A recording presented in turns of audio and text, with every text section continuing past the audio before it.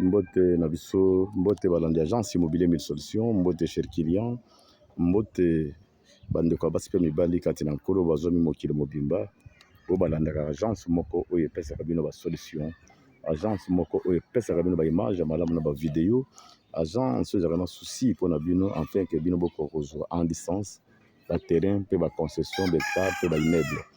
Merci Awa, Ndeko Nabino Blaise Mobadi.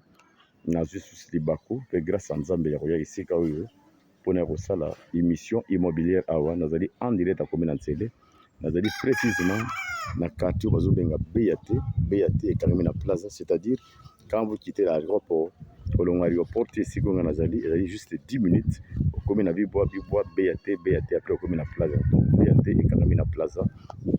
Ndene wala sabino image moko le pas milieu moko kitoko d'ailleurs bazo mon courant eza déjà wa ma ezali tozali en plein centre traitement ya BAT Plaza, donc il y a offre moko ezali spécial à voir, vraiment un bon emplacement, un bon milieu. Cette parcelle que vous voyez ezali concession monene, c'est moi-même qui ai vendu tout et tikali maintenant tonga moko bozo mona oyo, donc ezali na 2 chambres salon. Terrain ils ont mesuré 20 mètres à longueur, tandis que largeur, donc ils ont mesuré 17 mètres. Donc, et bandi na point où il y a voisin wana, ti et donc suka na point wana kuna ba faire bozo mona. Après que tout droit ti na ndako na kati et ko bima et ceux qui juste na limite wana na point wana bozo mona ba fleur en côté nzete wana, donc longueur il y a le pan où ils a dit 20 mètres, tandis que largeur ils a dit 17 mètres. Cette parcelle a un certificat d'enregistrement, donc tous les documents en ordre. Donc, les parcelles moko, ils ont un certificat d'enregistrement. Quand vous achetez ça, puisque c'est moi qui ai vendu tous les 5 parcelles restent. Où il y a des personnes qui ont bandeko tout le monde batungi bandeko bavaze nyonso ezali concession ya mutu moko ngambo nasalaki bamoksema nango nde nateki oyo nde ya suki etikalaki nde ndeko alingi ateka. Et d'ailleurs kolo avenue oyo bokomona awa ezali ye moko kolo lopango oyo nde apesaka kombo na avenue oyo pour vous dire que non, il est le premier occupant na quartier oyo awa. Voilà lelo azwi likanzi ya koteka terrain na ye, azali pe collègue, azali moko kati na mosala na nkolo, c'est un passeur qui est reconnu au niveau ya Mongafula. Voilà lelo azwi likanzi ya koteka esika na ye.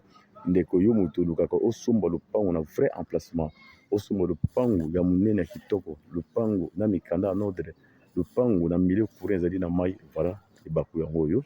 Donc cette parcelle mesure 20 mètres de longueur, tandis que la largeur de cette parcelle c'est 17 mètres. Donc nyonso ba totekaka même mesure, nyonso bandeko nyonso ozomona basombi nzinga nzinga atina moto asombi 20 sur 17 mètres, 20 sur 17 mètres. Mais oyo nde ya soki etikalaki ezali pe na mise en valeur na bozomona ndako ye moko atongaka wa ezali ya 2 chambres de salon. Donc yo nde moto kozwa place oyo kozwa pe na 2 chambres de salon, or que le reste bazwaka nde ba terrain vide. Donc tu komona ba voisins déjà ndenge batongi bandako. C'est pour vous dire que nous sommes en plein un bon milieu.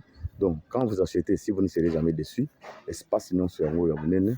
Donc le pango ezali pour mesurer, n'est-ce pas, 20 mètres à longueur, tandis que largeur il y a le pango oyo ezali 17 mètres non mise en valeur wana. Mais bien aimé, précisez-vous, bobenganga na contact nanga ya plus 243 90 191 33 41. Voilà, je vais vous emmener jusqu'ici au sommet le pont avec tous les documents en ordre. J'ai dit bien certificat d'enregistrement, boyebi prix nango. Le la bichassa pour basa le niveau ya fake foncière pour basa le certificat d'enregistrement, ça coûte plus de $1,500. C'est pour vous dire que c'est un homme sérieux. Oyo azana mikanda na ye en ordre, maintenant azui di kanti ya koteka le pont moko oyo suka tika na kata concession na yowana.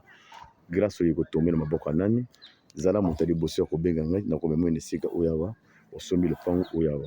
Olongwa boulevard Tiawa, nous avons fait ce serment 5 minutes le cola moto et koko mati place ndako zali.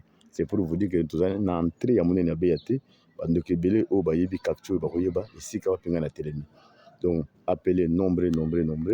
Bokota, saisissez-vous, prenez le temps de recontacter. Je vais vous amener ici au sommet le pont ya kitoko na ba pelouse na so ba lona na ndako wana na vrai emplacement. Je vais sortir même sur l'avenue et vous allez constater que les avenues moko wapi ba grand responsable bazali, la plupart des gens ont construit et ont clôturé aussi leurs parcelles. Donc vous ne serez jamais déçus ceux qui sont mis le pont Oyawa. Il y a 20 mètres, il y a longueur sur 17 mètres, il y a largeur. une parcelle bien cadastrée, c'est-à-dire un certificat d'enregistrement où ils ont coiffé le pango. Donc, vu emplacement le pango, vu Mikanda le pango, on a besoin de nous commençons cette parcelle, il y a 25 mètres, pardon, il y a 20 mètres à longueur sur 17 mètres à largeur, avec 25 000 $ à discuter au Yeto Seri Masolo, il y a place où je le répète, 25 000 $. Discussion est à mingité, puisque milieu est à valeur makasi, courant il y a baissé les aliawa, maïpe les aliawa, mille les akitoko, donc c'est non loin au Lunga, Vatina Boulevard, 5 minutes pour la moto au comité na Boulevard. Voilà, je vais sortir sur la grande avenue, vous allez constater que vous êtes dans un bon milieu, un bon emplacement. Donc le pango non sera on a besoin mon au non ceci. Le bosso nango. Voilà. Donc au non sur le bosso le pango. Ce que sombia au sala ba résidence kitoko. Ndenge bandeko nyonso biso to tekela de lo batongi, abele pe baza bana poto. Voilà. Donc ce que mon a dit za mai, au mai. Au ba voisin tala ndenge batongi avenir yango wana. Le PC Gosombi, au sein de même travail de bandeko nyonso. Vous pouvez regarder, vous allez constater que ba voisin nyonso batongi toni banda kwa kitoko. Avenir za avenir moko ya propre, avenir kitoko. Un bon milieu, je le répète, awa ozali na milieu pele kenda sango boyo kaka BAT Kakamina Plaza. Dès que vous quittez Bibois, au recommandant na BAT.